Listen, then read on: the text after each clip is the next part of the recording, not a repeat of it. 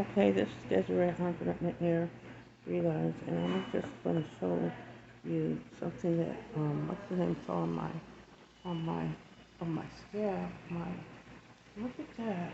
How that's really messed up. And then it also on my other back, it's open and it's messed up. I didn't know that I had a bruise here on this part of my arm either. And this is my elbow. Looking all messed up, scarred up. I didn't know I had all these marks all over me looking so bad. They grew. I pick on them because they itch. Like, I don't know if I've got cancer or what. I don't really know. But I might have cancer because these things they don't heal. They don't heal. You see that? That's my lymph node. So when I got my breast removed, on this side, and this side is still have my breast. I have a regular breast on this side. I hope I can keep it because when I wear my clothes, it doesn't look like I don't have any breast. It looks like I can make the other side look like I have a breast, normal, normal breast. I want to look normal. And my mother used to buy me. She used to get me when I was living in San Pedro. I used to go to a place that in Long Beach or somewhere near Long Beach where I would get subscriptions from my doctor, and he would subscribe a prosthesis for my breast. And that's what I would go. I would go over to a special store where they take me measurements because I was growing big and short and small and all that. And I had to get the other size to fit it. So they would do that for me. They look me. I'd go to a special room all by myself, where I'm by myself, with privacy and everything. And they would tape me, and they'd say, "Which one do you want? Do you want this type? Or do you want that type?" And Medi-Cal would cover it. And my mother had me do it, and then I'd come back.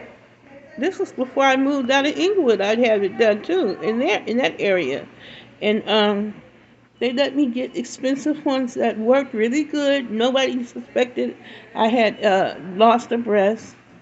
And when I moved to Harborview House, I was still getting the same ones. I was getting some from another place. But I moved here to Southland, and they don't have any place for me to buy a prosthesis for my breast. I stick these things in my breast. It doesn't look right. It doesn't look like it's truly my breast, but I stick I put washcloths and socks in my bra on this side. And the bra isn't a type of bra for a prosthesis anyway. It's um, it's made, it's made a regular bra. So here I am looking terrible. My arms are so terrible. Look at how my arms are so fat. I mean, man, my arms are so fat. If didn't have so many marks on my arms, maybe I'd feel satisfied, but I got all these marks and they look funny all the time. I don't look right. I guess I should be happy I have arms.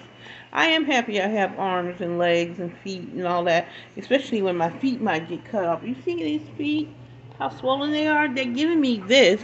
They're giving me this IV. They stick it in this red tube here, and it goes through my vein in my thumb. They had to put the vein and put the needle through my thumb. And the thumb, my needle, the medicine feels good though, real good. He flushes it with some medication, about 4 different medications, or the same kind of medication in 4 different tubes. He puts it in here, sticks it in. It hurts just a little bit, going through my vein. It feels like my whole hand is being watered up. But when he touches it, he says, "No, no water's coming out. The needle is right in your vein." And so I touched it. I see. It's really good. It feels cool, real cool at first, and then afterwards, after it's in my body, I feel it from my head to my toes. It's like a burning, tingling sensation. It feels really good. I really like that. I hope I'm not addicted to it when I get off of it.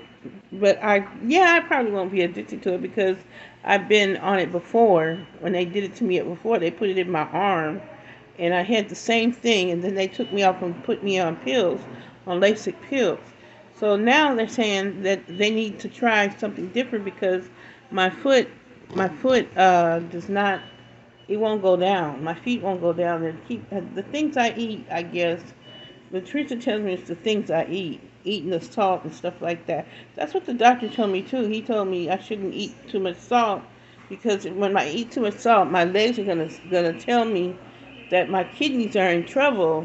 The reason why they're swelling up. And so I'm trying to work with this hair. This hair was pretty. It doesn't look that bad, but it looked a lot prettier when I first got it. But I like this kind because it looks good. I don't have to wear makeup with it for it to look normal, for it to be natural, to make it look natural. Some I was just looking on the phone. This woman was trying to do something with her hair, and it was like she was saying something about she has to work with her lace, but you could tell her lace was there because of the way she cut it and stuff, and you could tell. But I said, I learned just to cut it a certain way where you can't tell it's lace. It just looks like it's coming from my head. The upper part from my head is because I got good wigs or something. But they're not expensive as the wigs they charge those people for. They charge those people for expensive wigs for hundreds of dollars for those wigs. And mine is just $60 or $50 something dollars. And I get them and I make them last for about a month. And then I have to change. Then I have to change to another wig because the wig gets too funny looking. So I guess I like this one. I haven't used one like this in a long time. I usually get straight hair, and straight hair doesn't last on me very good. But with it like this, it lasts better. So I'm happy about that.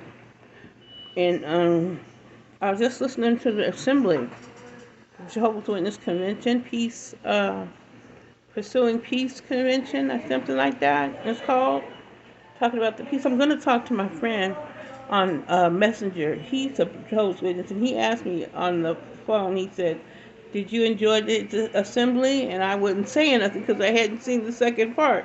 But now I saw the second part. I'm gonna call him up and I'm gonna talk to him about it. So I'm happy here. I'm happy, even though Yolanda Mosley and Pamela Mosley, they had been after my money so much. They found out that I put $1 trillion in the banks every month, and that each diamond is worth $1 billion. I asked Jehovah for that, and I asked him that he please reimburse me. The thing is, the reason why I want so much money is because I want to be able to give the government money because my mother has been making me be on Medi-Cal, SSI, my father's pension, and Medicare. And all of this I get, and then when the president found out, President Obama found out, he was president at that time. Now it's President Byron, I think, and Donald Trump was before him, and before that was President Bush, I believe, and then Clinton was before. No, then it was another President Bush, I think, and then before that was Clinton. So I don't know. I think I got it right, but anyway, President Bush had told me. I remember him bothering me, telling me how he was going to take my banks to court to get that money because he doesn't deserve. I deserve it. And he doesn't know how I'm using this money. He doesn't know I don't use it all on myself. I give it away to people. I give it away to people. I give it away to the orphans and the widows. There were women here that I gave to, and I found out they were widows. I gave them money because I wanted to help them. My love for wanted to help them. I see they're older people. I say to myself, I'm close to being a widow. I'm a widow too, I think. But I'm close to being to the point where if my mother dies, what am I going to do? And I'm saying I'm going to need some way to take care of myself. And that's how I felt when my dad was alive, when he wanted to take care of my money. I told him I wanted to learn how to take care of my money. I didn't see him as dying. But then he told me that somebody was trying to kill him because of money, so I gave him a whole lot of money. I gave him the same amount of money that I started off with before I was able to start spending the diamonds, before I was able to start putting them in the banks and everything. And I gave my sister the same amount too. They're not the only. I'm not the only one with a lot of money, with that much money in the world.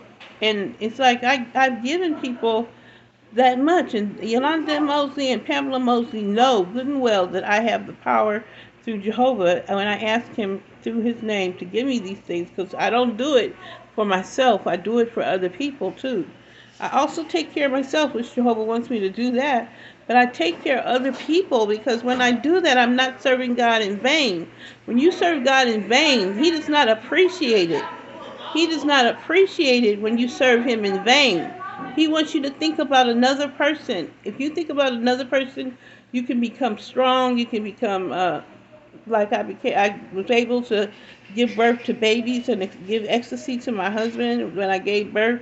I only gave one child to Randall, my second husband, but I had a birth to a child to him, and he did something with her because I saw him walking down the street with her. She looks exactly like me, and he told her not to go over there, and he said, "Don't come over here," to me. So I didn't go over there, and I just looked at her, just looking at her like, wow, she looks exactly like me. She's got to be my child. You know, anybody can look at her and tell she's my child. And he just walking. He walked right past us. He didn't want us to come close. For some reason, I don't understand. He's got some reason why he don't want me close to her. Probably because my mother would kill him, and he knew my mother would kill him. My mother would kill anybody. She tried to run over my child that was from Nevin. She was a beautiful child. She looked like Erica's baby. She looked like Erica's baby, and Erica's she's a cute lady too. She's a very good looking lady herself. And she was trying to run her over one day with me in the car with her father standing right there.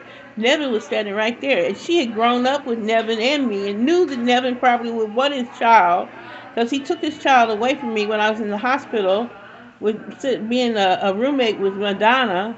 And I had a broken leg. He had run over my leg, and then I was in the hospital to try and get my leg fixed.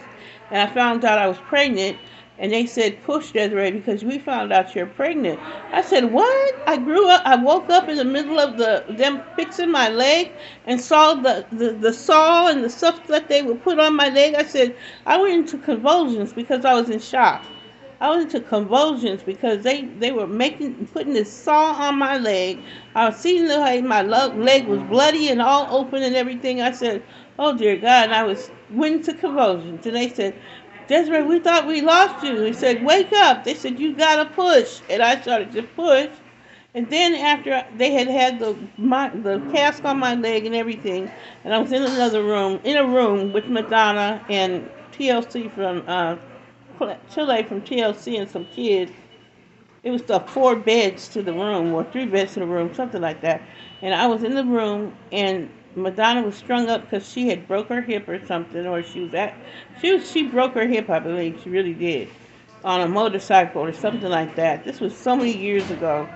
But I was there with her, and they were saying, do you know who that is?" I said, "No, who is that?"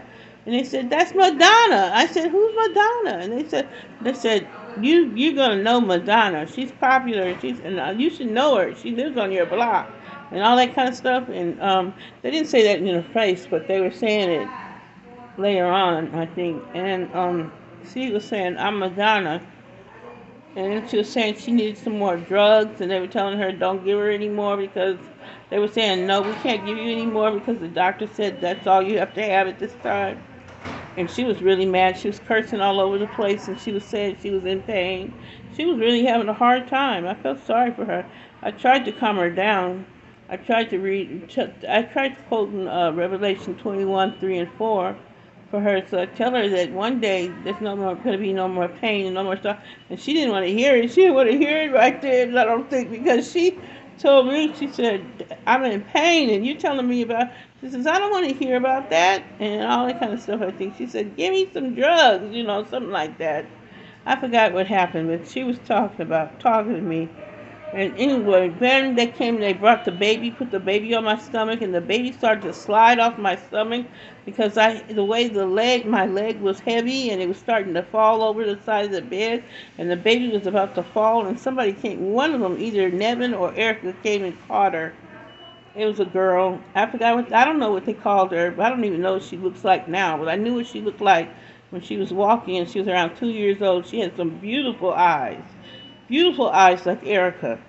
And Erica said, "This is my child. I believe it's my egg. It was my egg. You have it." I said, I didn't have your eggs." And she said, "You might have got it from Wanda. How do you know you didn't get it from Wanda?" Something like that. She says, "I know this is my child." And she was taking her, and my mother started backing up the car onto the curb where the girls were walking, and she let the child be hit by my mother. She was running. My mother was trying to run her down. Something happened. I asked Jehovah to do something, and then I think she picked up the child and she took her away or something like that. It was scary. And I was telling Nevin, I said, "Nevin, you're gonna let her do that to your child?" And he says, "It's your child," or something like that. I said, "What is this wrong with these people when they're supposed to be growing up being friends and all this stuff, and now all of a sudden you turn on me like this, you know?" And he had changed too, and that was terrible. He had a terrible personality, and then when I asked his mother, Bernice McFarland, she's right on the phone on my phone here. She's on my phone. I have her number in WhatsApp, and I said, "Bernice," I said, didn't I have a baby with Nevin?" And I don't know her name, and she said, "No, Desiree, you did not have a baby with Nevin." She texted me. She said, "Desiree, I can assure you, you did not have a baby with Nevin." I'm saying, I know we did. I know we did. And she's lying for my mother. She's lying for her, and she's lying for Nevin. And Nevin finally married a woman that was another one we knew, and her name was Geneva. He married Geneva years ago, and when I got pregnant while he was married to Geneva. And uh, the thing is, he ran over my foot. No, he wasn't pregnant with Geneva. He got pregnant with her after I got pregnant with his child before he married Geneva. I had found out that he went to Geneva after I had intercourse with him over there in front of, in the side of 11th Avenue in Manchester near the Kingdom Hall. It was right there in front of everybody. His sister saw it, and she was telling me how she was going to get me back and all that. And then they ended up stabbing me in the eyes with acupuncture needles and all that stuff. And that's probably because she was mad. She didn't want me being with her brother. They have too much. They're close to each other too much. They're close to each other like you're not supposed to be close to your brother. But she's close to her brother like that. Her and Erica. He had two girls that he had to go back and forth with. And I remember coming over to their house one time. They would keep it a secret until one day I went over to her house, and she said, "That's my boyfriend." And I'm saying, "What in the world?" I said, "That's me. That's Nevin. That's your brother." And she tells me, "That's my boyfriend. I sleep with him," or something like that. She said, and then somebody goes, "Oh, Desiree's gonna tell everything. She tells everything. Why'd you say anything?" Like that. And my sister knew. She says, "I knew it all along, but I couldn't tell you because you talk too much, Desiree." I said, "Well, I'm not gonna tell nobody." And I didn't tell nobody about it. He ended up sleeping with me. He ended up sleeping with me once or twice, and then Erica and Angie were so upset about me sleeping with them that they stabbed me in the eyes with acupuncture needles and had that happen. They had it happen. I'm saying, what in the world? I said, these people are crazy. I wouldn't do nobody like that. My brother got on me. He shot me in the head with a gun. One time he told me, he said, "Desiree, I'm going to kill you." I said, "What?" I said, "Why are you going to do this? What have I done to you?" And I said, "I know what you think." I said, "That wasn't me. That was Carissa that did that to you." And he goes, "I'm just doing this to prove a point." He says, get out and get in the back seat." I got in the back seat in the back of the car, and he shot my brains all over the car, and my head was all over the car, and I was still seeing. I wasn't dying. I told Jehovah, I said, please don't let me die with Babylon the Great, because you know I tell the truth about your Bible. I said, if that's Babylon the Great that's about to die now, please don't let me die with them. Please. And I said, please, Jehovah, you're an organized God and all that. And so then Joshua, he shot my head, and I saw my brains on the splattered on the car floor, in the back of the car, in the rental car that we were in. But it was like a back thing, where it had the trunk or something was like a part of the car. And so after I did that, Jehovah brought me back together again. I ended up right back up into a human, and it was really weird, but it happened. And I know it happened. I have that in my movie. I have my movie, and in my movie. It has a lot of miracles in it that Jehovah did to keep me alive. And the thing is, I've already showed it to some people in the Harborview house when it was up, or whenever, I don't know. It was supposed to be a expensive living now. But I showed it to them, and they said, yeah, Desiree's got a movie. They came over here when I was living here, first moved in here. They said, don't kill her. Desiree's got a movie. She's got a movie. We're going to be in her next movie. She said, we better be in your next movie, Desiree. We're going to get them to kill you, or something like that, they said. I said, you guys are crazy. And I was way down at 271, and I wasn't coming all the way out there either. And they were at the nurse's station, and they were saying, Desiree's got a lot of money, too. She's got a lot of money. She gave me all this. She got a lot of money. They said, don't kill her. Just let her make another movie and all that kind of stuff. I haven't seen those people since, but I think I saw one woman that might have been worked there, and she made herself look different because of the way they had treated me, and she knew my mother. They knew how my mother is, and they didn't want her. She didn't want my mother to recognize her, I don't think. So she came here, and she was looking at me, and she was saying something. She was saying hi, and I said hi, and she said, do you know who I am? I said, you look like somebody familiar, but I don't know your name. I forgot your name. I think her name was what was her name? Her name was I can't remember her name. I forgot her name. But she was one of the administrators on the 5th floor that sold me up, had the nerve to sew me up.